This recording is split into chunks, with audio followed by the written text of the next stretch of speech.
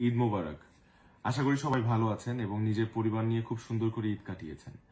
এই ঈদে আমার বেশ কিছু নাটক রিলিজ পেয়েছে এবং প্রথম দিন থেকেই খুব ভালো ভালো রেসপন্স পাচ্ছিলাম আপনাদের। এই ঈদটা আমার খুব সুন্দর একটা ঈদ হতে পারতো আপনাদের ভালোবাসায়, আপনাদের সাপোর্টে, কিন্তু সেটা হয়নি। একটা অনাকাঙ্ক্ষিত বিষয়ে আপনারা যেমনটা কষ্ট পেয়েছেন, ঠিক ঠিক তেমনি আমিও কিন্তু কষ্ট কষ্ট পাচ্ছি এবং কষ্টে আছি। আমি কিন্তু একদমই ভালো নেই। সো আপনারা এটা বুঝতেই পারছেন, কারণ আমাকে অনেকেই আমার শুভাকাঙ্ক্ষীরা মেসেজ পাঠিয়েছে এবং সাপোর্ট দেওয়ার চেষ্টা করছে। হয়তো আমার মানসিক অবস্থার কথা তারা বুঝতে পারছে।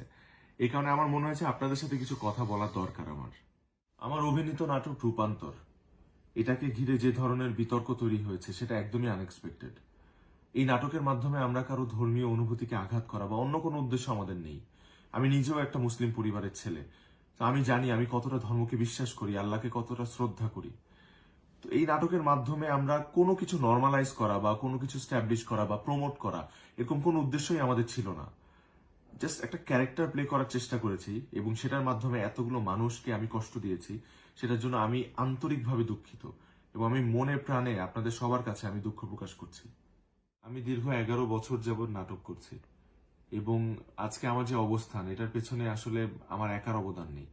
অবশ্যই আমার দর্শকের ভালোবাসা এবং সাপোর্টটা ছিল দেখে আজকে আমি এই অবস্থানে আসতে পেরেছি।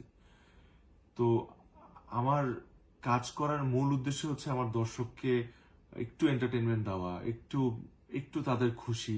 এই কারণে আসলে এত কষ্ট করি আমি।